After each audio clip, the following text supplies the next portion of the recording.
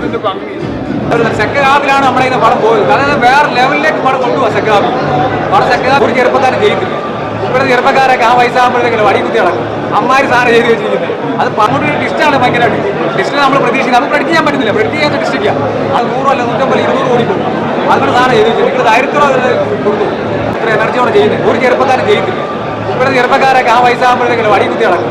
അമ്മാര് sir ചെയ്ത് വെച്ചിരിക്കുന്നത് അത് കംപ്ലീറ്റ് ആക്ഷൻ സീക്വൻസിൽ പുള്ളി അദ്ദേഹം ഡയലോഗ് ഫൈറ്റിടക്ക് പറയുന്നുണ്ടല്ലോ, ഇത്ര പേര് വരുന്നത് ഇനി എന്താ വരുന്നത് കാണാന്നുള്ളത്. അപ്പം അത് ആ ഒരു ചെറുപ്പം ജോസിൻ്റെ ഒരു കരുത്താണ് അതിൽ പ്രകടിപ്പിച്ചിരുന്നത്. അത് വളരെ മനോഹരമായി തന്നെ നമുക്ക് പ്രകടിപ്പിച്ചു. അത് ഗംഭീര വിജയമായിരിക്കും സിനിമ. എല്ലാതരം പ്രേക്ഷകർക്കും ഇഷ്ടപ്പെടുന്നതാണ്. എല്ലാ കാര്യങ്ങളും അതിലുണ്ട്. കോമഡി ഉണ്ട്, സെന്റിമെന്റ്സ് ഉണ്ട്, ആക്ഷൻ ഉണ്ട്.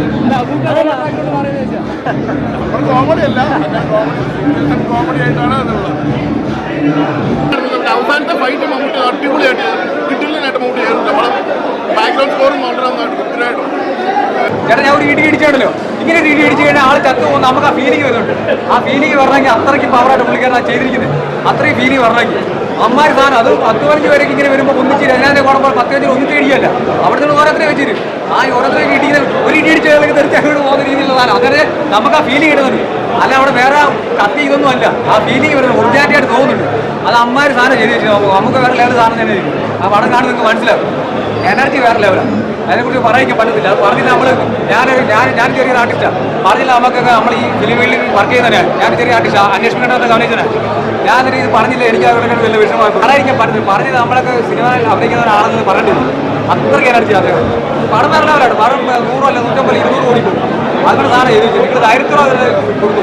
അതിൽ കൊണ്ടുപോകുമ്പോൾ ഭയങ്കര ത്രില്ലിംഗ് ടിസ്റ്റൊക്കെ ഉണ്ട്. കുറേ ടിസ്റ്റ് ഉണ്ട്, ഡൈമാസ് ടിസ്റ്റ് ഉണ്ട്. അങ്ങനെ അങ്ങോട്ട് ടിസ്റ്റാണ് ഭയങ്കരമായിട്ട്. ടിസ്റ്റിനെ നമ്മൾ പ്രതീക്ഷിക്കുന്നത് നമുക്ക് പ്രെഡിക്റ്റ് ചെയ്യാൻ പറ്റുന്നില്ല. പ്രെഡിക്റ്റ് ചെയ്യാത്ത ടിസ്റ്റിക്കാ അതല്ലേ പടത്തിലെ വിജയം, മെയിനായിട്ട് വിജയം. പിന്നെ സ്വാഗും പിന്നെ ആക്ഷനും ഷൺമുഖിലൊക്കെ സാധനമാക്കുന്നവർ സാധനമൊക്കെ അതൊക്കെ പൊളി സാധനങ്ങൾ കണ്ടു തന്നെ മനസ്സിലാക്കണം. ആ പറയാതിരിക്കാൻ പറ്റില്ല. നിങ്ങൾ കാണുന്നത് ഒന്നും പറയാം ധൈര്യമായിട്ട് ഫാമിലിക്കാരും ധൈര്യമായിട്ട് വൈശാഖ പടം ഒരു ടിപ്പിക്കൽ വൈശാഖ പടം. വേറെ വ്യത്യാസമൊന്നുമില്ല. പിന്നെ കഥ ഞാൻ പറഞ്ഞില്ല, അത് ആ ഒരു ടൈപ്പ് തന്നെയാണ്.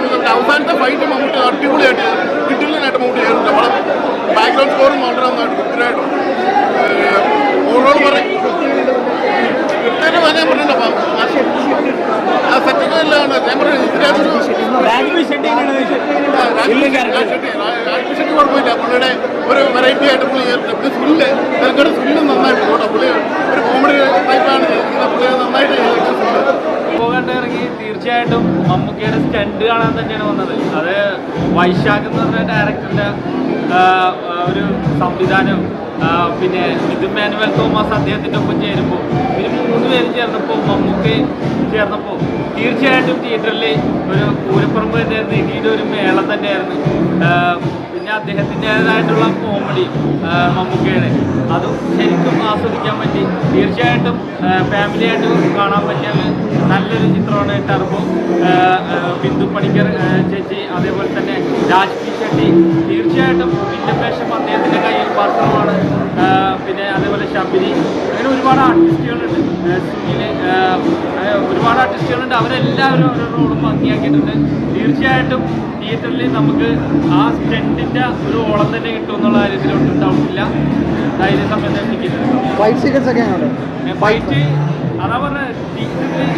ഫൈറ്റ് നമുക്ക് കണ്ട് ആസ്വദിക്കാൻ പറ്റിയ നല്ലൊരു ഇതാണ് നമുക്ക് എൻ്റർടൈൻമെൻറ്റ് കിട്ടിയത്.